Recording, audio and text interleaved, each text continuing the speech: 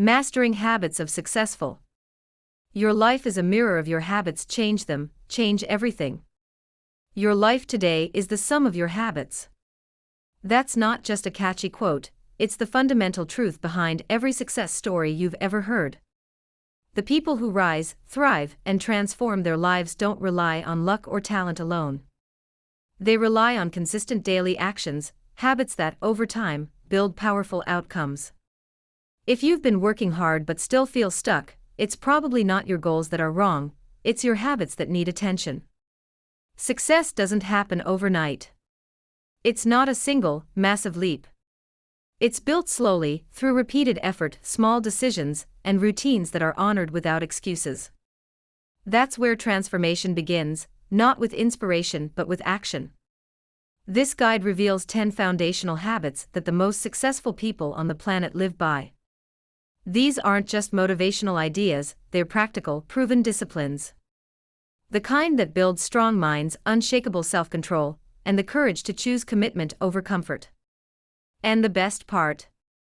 You don't need any special tools to start. No apps, no hacks, no waiting. Just the willingness to show up for your life, starting today. Let's begin with the first habit.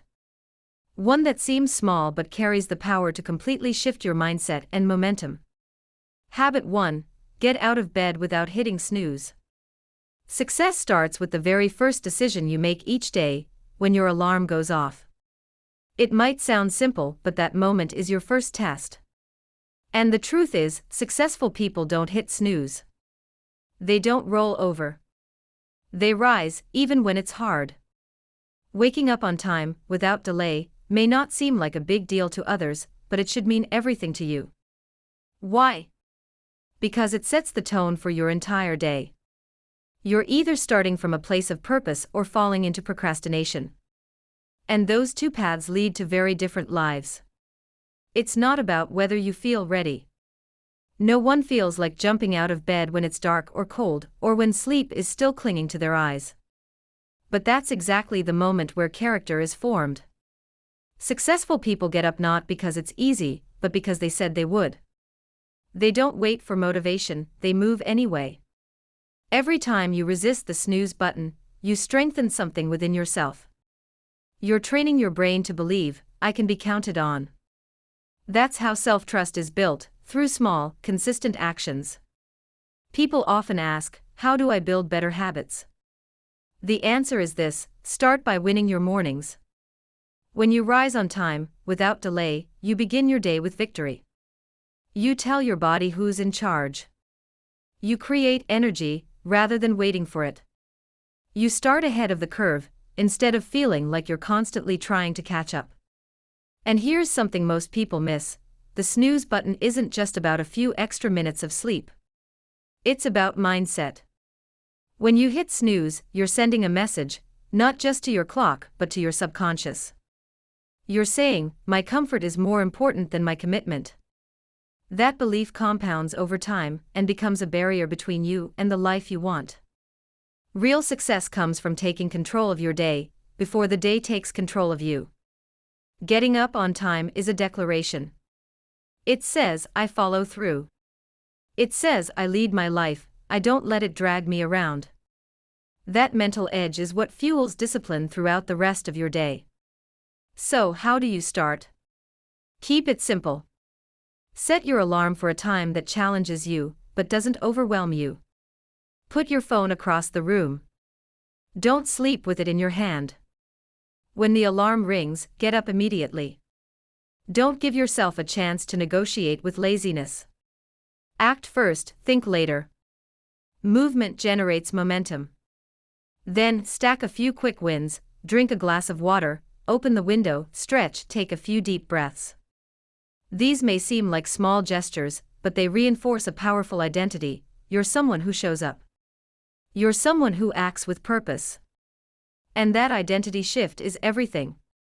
Most people feel stuck not because they're lazy, but because they're starting their day in reaction mode. They hit snooze. They scroll. They drift. And before they know it, the day is slipping away. But when you decide to take charge, even in something as small as your morning routine, you begin to build momentum. You stop delaying your own life. Don't underestimate the power of getting up on time. It's not just about early mornings, it's about leadership.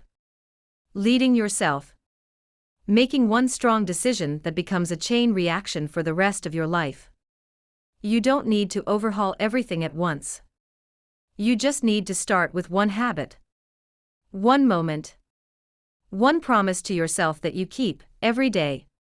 So tomorrow, when that alarm goes off, don't negotiate. Don't roll over. Don't wait. Get up. Stand tall. And start becoming the person you were meant to be. Because if you can win the first moment of the day, you can win the rest of it too. Start moving before the mood arrives. Most people wait too long. They sit still, thinking. Overthinking. They analyze every angle of a task before they begin: what should come first, how long it might take, whether they feel in the mood. And in all that thinking, they waste the very energy required to start. The truth is, you don't need a perfect plan.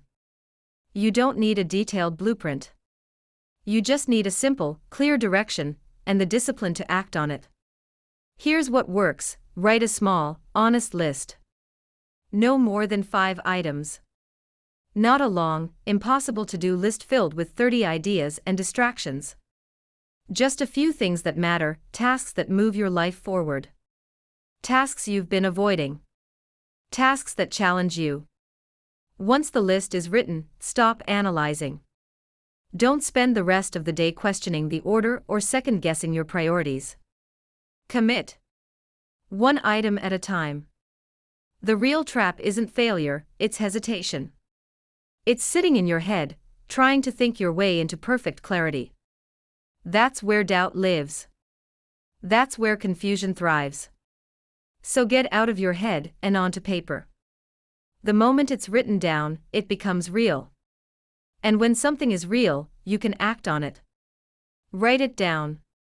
Write it 5 times if you need to. Repeat it until your brain accepts it as a plan, not a debate. Respect your own list. Stop switching directions just because something feels uncomfortable. Feeling uncomfortable doesn't mean you're off course, it often means you're exactly where you need to be. Successful people don't leave their days up to chance. They don't try to remember everything or rely on bursts of motivation. They simplify their day into a few essential actions, and then they execute, calmly, clearly, consistently.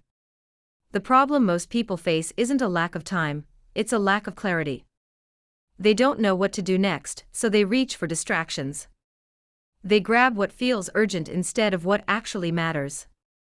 And at the end of the day, they feel exhausted, busy but unfulfilled. Everywhere and nowhere at once. But you don't have to live like that. You can train your mind to stay focused. It starts with the list. Not just any list, a meaningful list. A list that reflects who you want to become. Don't write 20 things. That's a setup for failure. Choose 3 to 5 things that matter. Complete them with discipline. Build rhythm. Momentum. Confidence. Overthinking is fear pretending to be preparation. It drains your energy before you've taken a single step. You imagine all the ways it could go wrong, all the reasons you're not ready. And while you're thinking, the opportunity passes. The spark fades. The moment's gone. And you're left wondering why nothing's changed. So don't think yourself into exhaustion. Act. Use what's already in front of you. Begin the task. Stay with the task. That's the habit that builds everything else. In every area, fitness, relationships, goals, you won't grow if you keep hesitating. You can't build momentum if you keep changing direction. Train yourself to move with clarity. That's why the list matters. It's not just ink on paper, it's your compass. Your commitment. A daily reminder that your time has value and your energy has purpose. A real list doesn't cater to your emotions. It protects you from them. Because if you decide in the moment, you'll choose comfort. But if it's already written, if the decision is made, then all that's left is execution. One step. Then the next. That rhythm becomes your power. That rhythm becomes your identity. There's no magic in the list itself. The magic is in doing what you said you would do. It's the trust you build with yourself, the quiet proof that you're becoming someone who follows through. Confidence doesn't come from talking. It comes from completing. Start your morning with pen and paper. Before the world pulls at your attention, before you scroll, sit with your goals. Make them clear. Keep them real.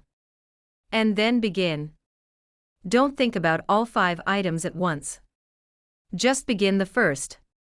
You'll feel resistance. That's normal. Act anyway. The first step is always the hardest. But once you take it, the next is easier.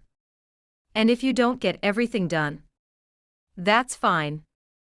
This isn't about perfection, it's about direction.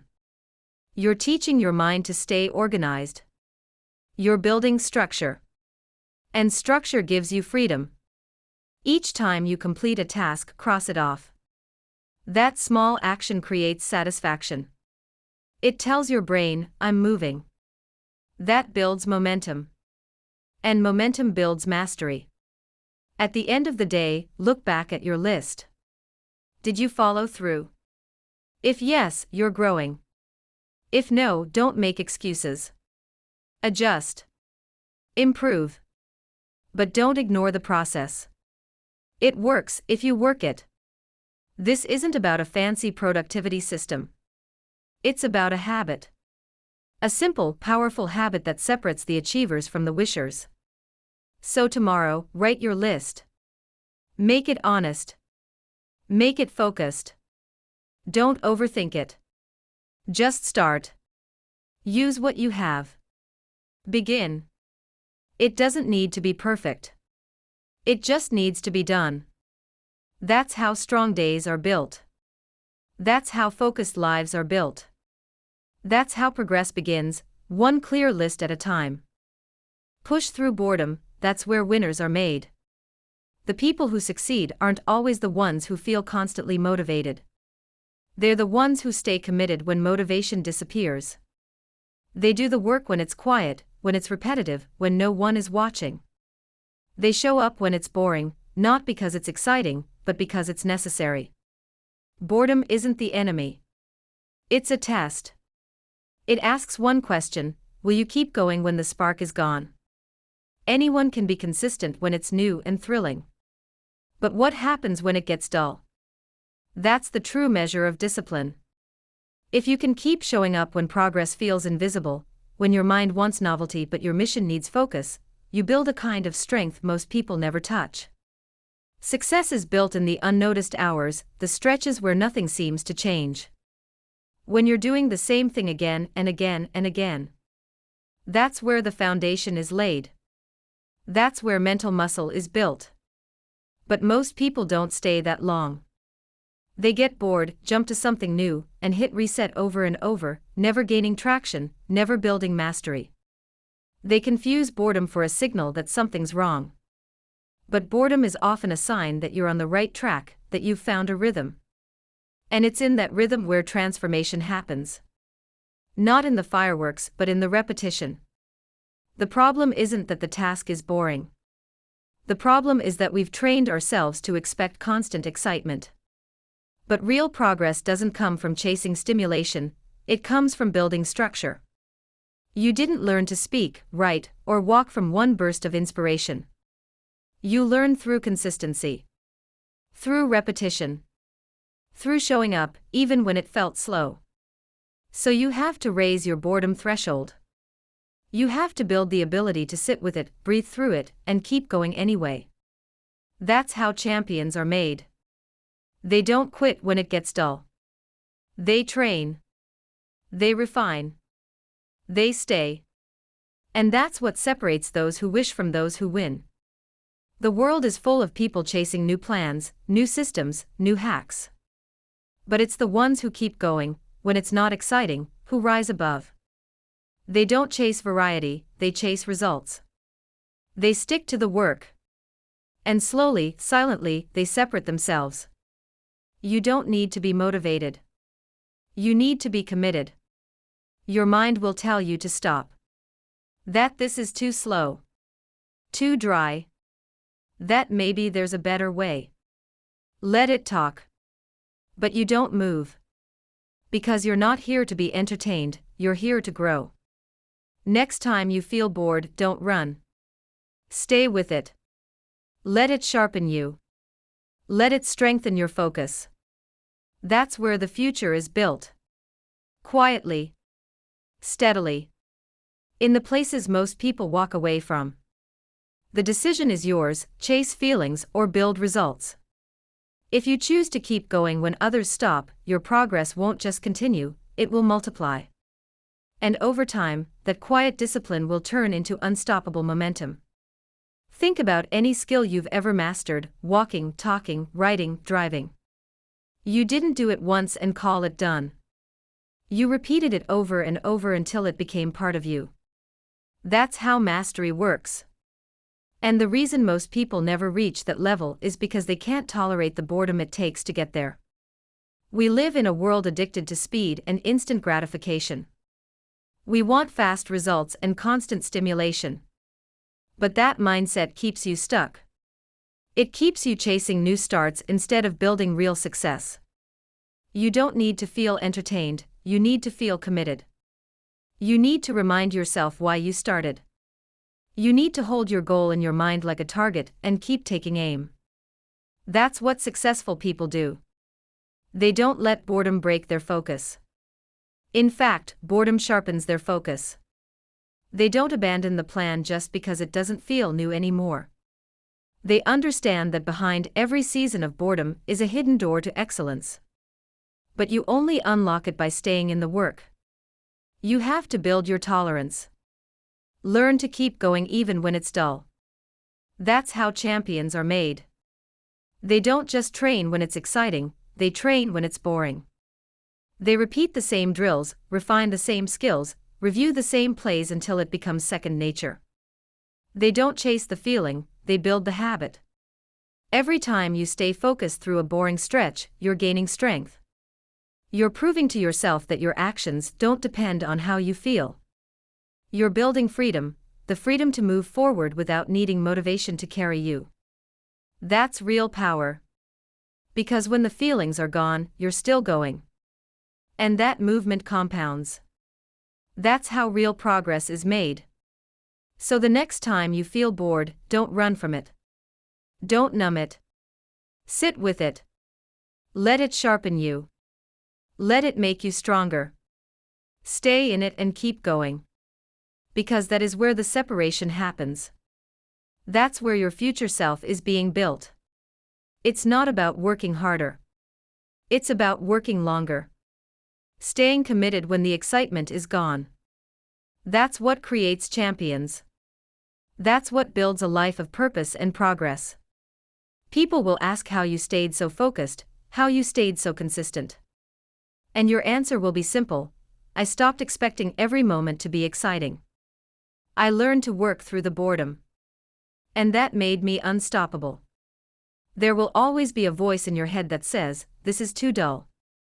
Try something else. That voice wants comfort, not success. It wants relief, not growth. Let it speak, but don't let it lead. You're not here to chase feelings. You're here to build something that lasts. And if you keep showing up, especially when it's not exciting, the results will come. Not because of luck. Not because of talent. But because of endurance. Because you made the decision to stay focused while others lost theirs. You built something while they looked for something new. That's what winners do. Clean your space, clear your mind. If you want to do something important, start by cleaning your space. That small, simple action tells your brain something powerful: it's time to get serious. It sets a tone, establishes intention, and helps shift you from passive to focused. Most people overlook this step. They rush into their tasks surrounded by clutter, chaos, and distractions, then wonder why they can't concentrate. But your physical space is a mirror of your mental space. If your environment is scattered, your thoughts will be too. You don't need a perfectly designed room or an expensive setup. You just need clarity. The goal isn't to decorate, it's to eliminate distractions. When your desk is buried under papers, food wrappers, tangled cords, and unfinished reminders, your brain stays partially occupied with those visual cues. Even if you think you're used to the mess, your subconscious isn't. That background noise pulls at your focus, slows your start, and clouds your thinking. Cleaning your space is more than a chore, it's a mental trigger. It tells your brain that it's time to switch gears, to move from reaction to intention, from passive browsing to active building. Whether you're about to write, study, work, or create, the environment you begin in will either support or sabotage your efforts. Take 5 minutes. That's all. Clear your surface. Remove what doesn't belong. Close the tabs. Stack the books. Wipe down the desk. Put your tools where you can reach them. That small reset can completely shift your energy. You go from feeling scattered to centered. From distracted to decisive. You're not just tidying up, you're setting a boundary. You're saying, this moment matters and I'm treating it like it does. The psychological effect of that is real.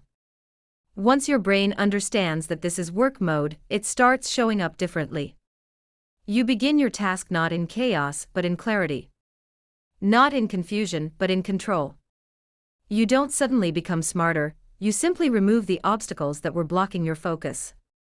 Most people wait for motivation before they clean up, but that's backward.